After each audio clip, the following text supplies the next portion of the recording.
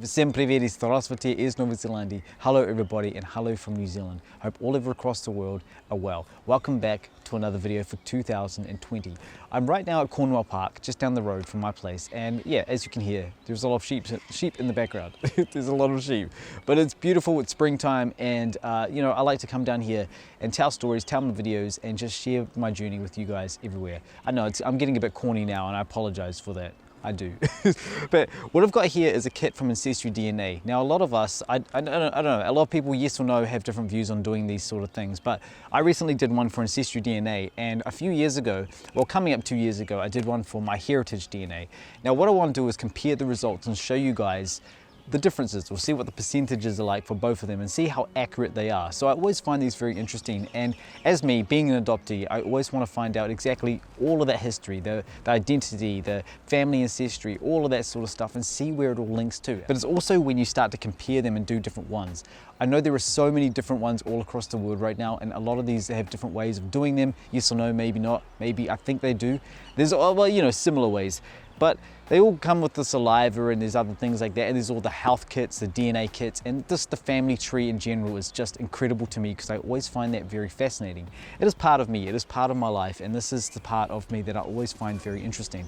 So actually, yeah, while I'm here, as you can see, I won't get sidetracked. Okay, so I do have my computer here, and I do have the results, and I'll show you guys. I just find it very interesting because this took a little while to do. Actually, I did this back in, I think, April, and I recently got it maybe 3 months later, and I recently got the results coming up, and I just had a look, and I found it quite interesting. So here we go. So I've got my computer here. Yeah, I know, I've got my computer at a park. I know it's strange. Not everyone does that. I'm just doing this for display, display purposes.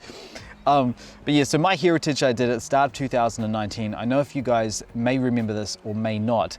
I did a test, I did a video up on my YouTube channel, and this is when I first did one because I had no idea anything about my background or my blood, you know, my blood. I knew that I came from Russia, I was born in Russia, but I don't know anything about all that. So Eastern European, 70.9%, this is on myheritage.com. Western Asian, 13.3%, Baltic, 9.5%, Scandinavian, 2.7%, Central Asian, 2.4%. And it says 0% Finnish, which is interesting because I'll show you on the other one how, you know, how different they are. I mean, you know, it all comes down to, I guess, linking up other people that have been connected with all of this as well, and just where it all comes from. But I just find it, very interesting for myself, being an adoptee. I really do. And especially some of the connections that you reach out to. There was a person on here that was a distant cousin of mine, and I tried reaching out to the person, but they never got back to me. That's okay, that's perfectly fine. But you know, it is always so fascinating for me. It really is. All right, so for my Ancestry DNA, this is another whole story pretty much. I always find it very fascinating because for this one, I got Eastern Europe and Russia 66%.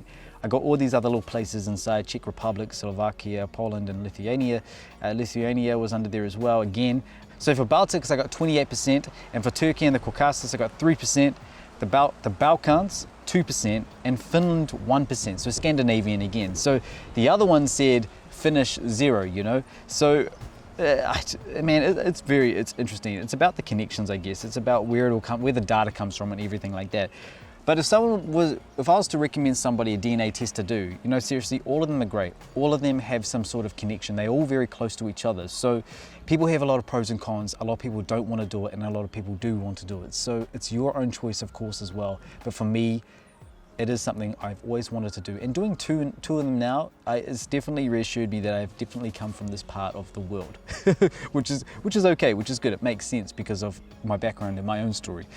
So I thank you guys. And you know, if you guys got any other recommendations for DNA tests and family history, health DNA tests as well, please go ahead and leave them in the comments below. I'd love to hear them as well. And until next time, I'm gonna go now. I'm gonna take this computer away. It's really bad to have a computer at the park. But hello again, and thank you so much. And please go ahead and subscribe to my channel if you have not yet subscribed, and please go ahead and check me out on social media. Sorry for the reminders too many times. I appreciate it though, I really do.